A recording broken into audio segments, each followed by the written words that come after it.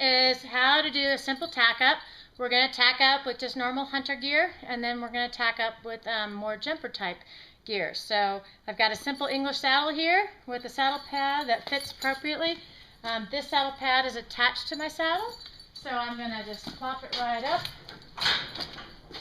And what's important when you put your saddle up is you want to make sure your saddle pad goes up and into the pommel of the saddle so that it's not rubbing and pressing down on his withers, because you can cause sore spots. And the other thing you want to make sure of is that your saddle's not too far back, because you want the girth to come around right behind their elbow. So if my saddle is back here, this is obviously way too far back. You'd be sitting and giving them a very sore back, and the girth would be in the wrong place. So put it up here. Now you can see this horse has very high withers. So when we put on the other gear, you'll see that we normally use a breastplate, which is going to keep his saddle forward, because it'll have a tendency to always slide back. Now, to put a girth on, we have a simple English girth here. One end has no elastic, and the other does. This is just standard fare. Now, traditionally, you would take the non-elastic side. We're going to hook it up on the right side first, and then the elastic always goes on the left, because traditionally you mount and dismount your horse on the left-hand side. So this is the side you want to be able to tighten your girth or loosen it from. So let's go on the other side. And this saddle pad has a strap here that I'm going to use, and I'm going to go ahead and put my girth through it, and I'm going to go ahead and hook up my girth. Now I always put the strap through the top hole of the buckle, because if you put it in the bottom hole, you're going to have trouble getting it undone. And I normally just use the two outside straps, and I leave the middle on top. That's just my preference. You can choose to do it however you want. And you can see this goes through the strap, and it's going to keep the saddle pad in place. All right, now before I tighten it, I'm going to show you how to put it with a standing martingale. A standing martingale is something that people use, traditionally it's to keep them from flipping up their head so high they hit you in the head if you have an issue with that. Sometimes people just use it these days actually because it gives their horse a little bit better look. Maybe if their conformation isn't as nice as they would like, sometimes it can actually make them look better. So I keep him tied up, and I'm going to take this over his head, and this will fit kind of like this, not super tight, just nice and loose. I've got the ball of it right here. The bottom has a hole in it that you can adjust, and I'm going to take my girth, put it through the strap, and I center it. And my girth is going to go behind his elbow without pinching. And then I normally face backwards a little bit. I use my left strap, my left hand, and I pull up, and you don't tighten it all the way at first. Just put it on loose, because your horse needs a minute. And sometimes they bloat when you first do it, so it's hard to get it tight anyways. But other horses, you can actually pinch a nerve if you tighten it too quickly, and it'll actually cause them to pass out. So that's not a good thing either. So I've got it loose right now, and I just have to remember before I mount to tighten my girth and make sure I don't need to readjust my saddle. Okay, so at this point I'm ready to put my bridle on. And I'm just going to put a regular hunter bridle on. And this has just a D-ring snaffle. Alright, now for safety, I never want my horse to be loose. Okay? Once you know yours, I know some people don't always do this, but when you're first learning, or if you have a clean horse, you never want your horse loose. So before I put my bridle on, I take actually, this is what I'm going to do first. I'm going to take my reins, I'm going to put it over my horse's head. Alright? And I can even unhook it here. And rehook it. So at this point, he's hooked right now, still the cross tie, but I also have a hold of him by my reins. Now, instead of letting him loose, I'm going to just put the halter around his neck. So he's still tied up, and I still have a hold of the reins, okay? So I don't have a loose horse. Now, I'm going to show you one way with this bridle, and I'll show you a different way with the next one. One way to get your horse's bridle on is you can put it in your right hand, and you can lift the straps up out of the way, and you can stand behind them, wrapping your right hand around their head gently. He's going to yawn. And one thing to know is that if you push right in here, there's no teeth. And if you push down, they open their mouths. So that's an important thing to know about putting a bit in. So I'm going to take my bit in my left hand, I'm going to cradle it, and when I put it in, I could put my thumb right here to open his mouth, push it in, And then I grab the top to fold his ears in. And I gently put those over. Now I make sure that his ears aren't being pinched. Now I have my noseband, and what's important about the noseband is to always make sure it goes between the cheek pieces and his face. This should always be against his face. Okay? If you have it going around the bit, that's wrong, because that'll interfere with his bit. Your noseband you can put on fairly snug, doesn't need to be super tight, and I always put all my keepers in. Okay. And then I have my throat latch, which when you put it on, oops, and I forgot my martingale, but I'll put that in a second. My throat latch goes around, and when I hook it on, I make sure it's loose. You don't want it tight like this, because when they're moving, they have to be able to breathe. You also don't want it down to the ground. This can probably go up one. Put it in my keepers. Now, the one thing I forgot was that I had a martingale on. And the martingale comes up, and you put your noseband through the martingale. Buckle it on. Put it through your keepers on both sides. And you're ready to go. All right. Now, this bridle, I know that it fits him because I can see 2 little wrinkles above each of his cheeks. This bit could probably be a little bit longer. He doesn't normally ride in this bridle. This noseband is below his cheekbones. It could go a little bit lower, but you want it right near the center of his nose coming down here, the arch in his nose. Okay? And then the martingale, normally when it comes up, you would want to see when their head is up that it normally would come up to about right here. This one's a little bit loose, so I could tighten it. But that's about all you need for your standing martingale. At this point, I can undo my halter, and I can take the reins over the head, and I can go ride my pony. Okay, so that's what we do for a hunter tack up. So now I'm going to put some jumper gear that's a little bit different. So I'm going to untack him. Now, I've already got the halter around his neck. If I didn't already, I would make sure to put the halter around his neck so that when I take this bridle off, I don't have a loose horse.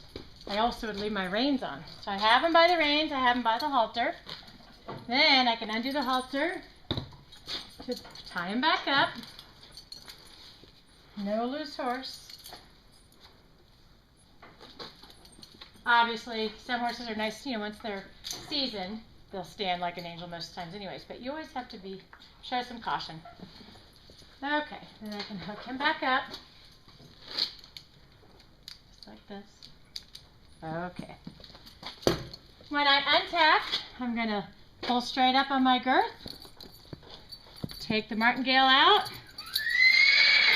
I'm going to undo my girth on the other side. I can flip the girth over the top. Take my saddle off. Okay. I'll get the martingale off and then we'll do the next tack. Oh, Alright, take my martingale off.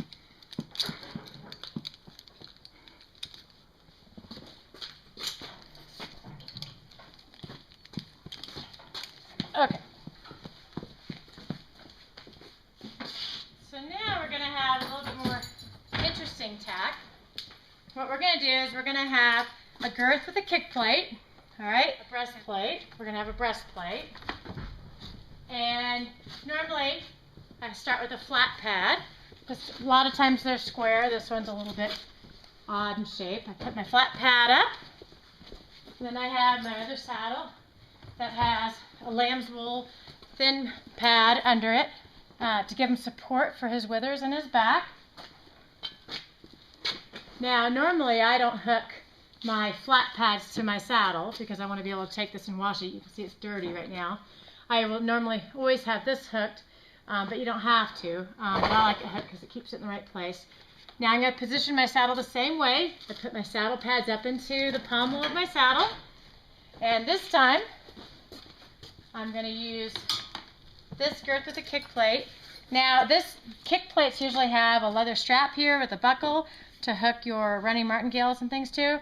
A lot of times they break, so you have this lovely little clip here that you can hook a clip to, so you can get your martingales on and off very easily. Alright, so the kick plate, this case, the girth has elastic on both sides, You could put it on either side, doesn't matter, but by tradition you normally put it on the right side first, again because you mount and dismount on the left. This one's a little bit snug, so I'm going to put it on the first hole. And I don't need to wait for my martingale. This is the type of girth. This is going to position the same way. You can see the kick plate is centered under his belly, goes behind his elbow. I'm again using my straps on my flat pad, and that's what keeps it in the position.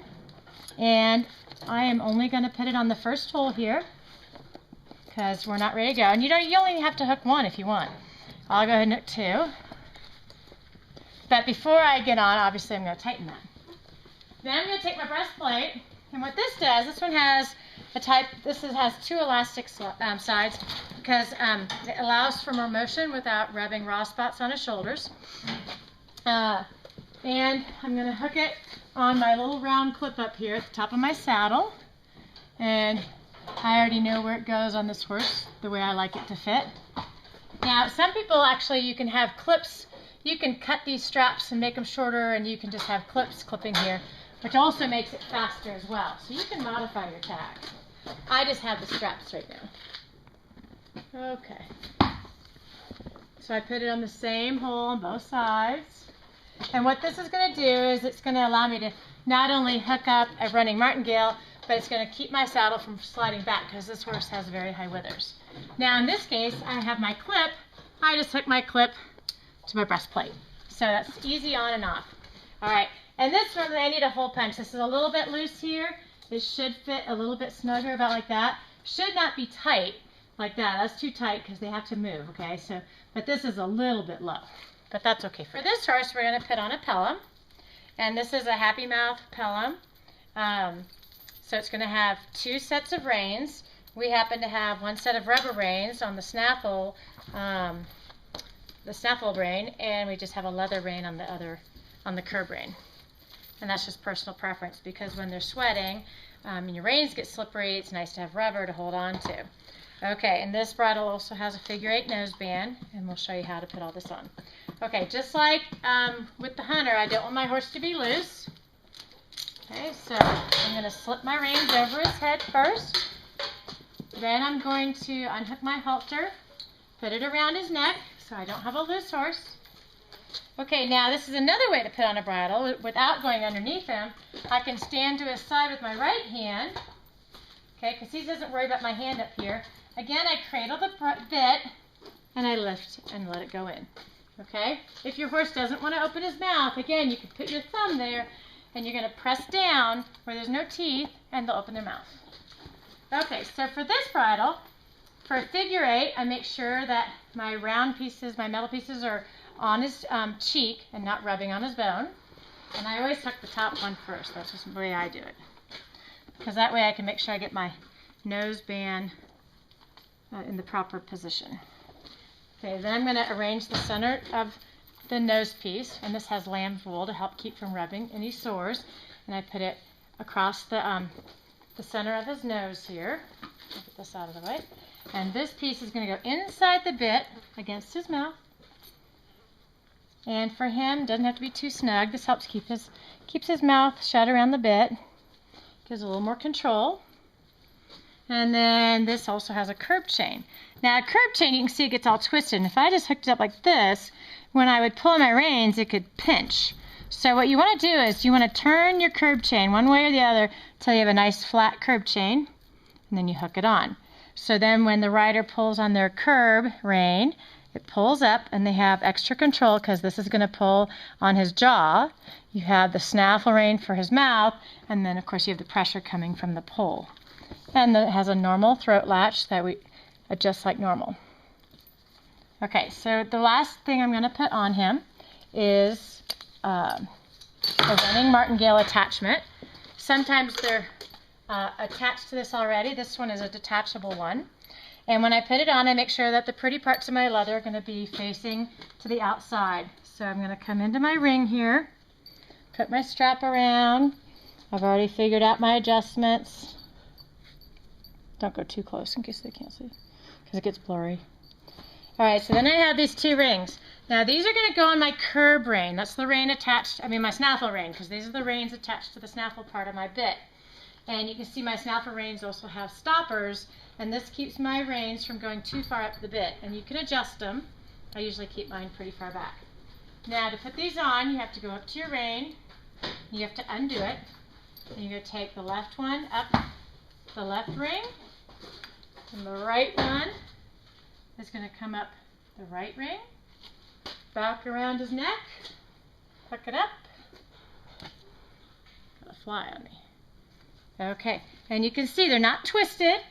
Okay, it's on the inside. It's not coming. These are not coming around my my curb rein. So it's on the inside. So when I ride, then I have control, and my stopper is going to stop my rein, and I'm ready to ride. I just take my reins over, and I'm good to go. So that's how we can tack up with both just regular hunter gear and some jumper gear. Of course, there's all different kinds of other gadgets out there. Lots of different kinds of saddle pads, but this is just very simple gear on how you can tack up and untack up safely. So that's our lesson for today, and happy riding.